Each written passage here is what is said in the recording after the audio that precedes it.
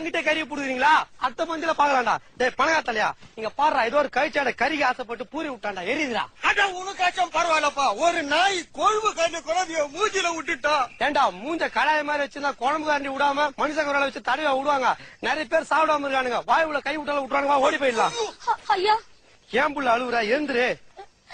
நீங்க எப்படி செய்வீங்க நான் கொஞ்சம் கூட எதிர்பார்க்கவே இல்ல. ஏன் புள்ள நான் மட்டுமா பண்ண? சோத்து கலைஞ்சு எல்லா நாய்களும் சண்டை போடுது. அதான் நடுவில் நானும் கையை விட்டேன். நான் மட்டும் நான் இழுச்ச வாயினா? ஐயா நான் அதான் சொல்லல.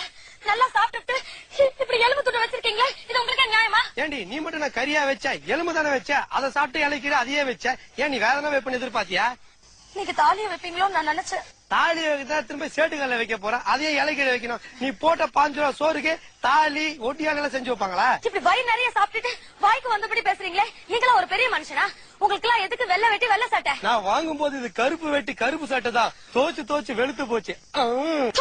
எதை வெட்டம் இல்லாம சொல்றீங்க? நான் வாங்கும் போது இது வெள்ளை வெட்டி வெள்ளை சட்டை. நிறுத்தியா? இதாங்க நீங்க வச்ச எலும்பு துண்டு, நீங்களே வச்சுக்கங்க. இப்ப நான் போட்ட 15 ரூபாய் சாப்பாடு உங்களால திருப்பி தர முடியுமா? சொல்லால்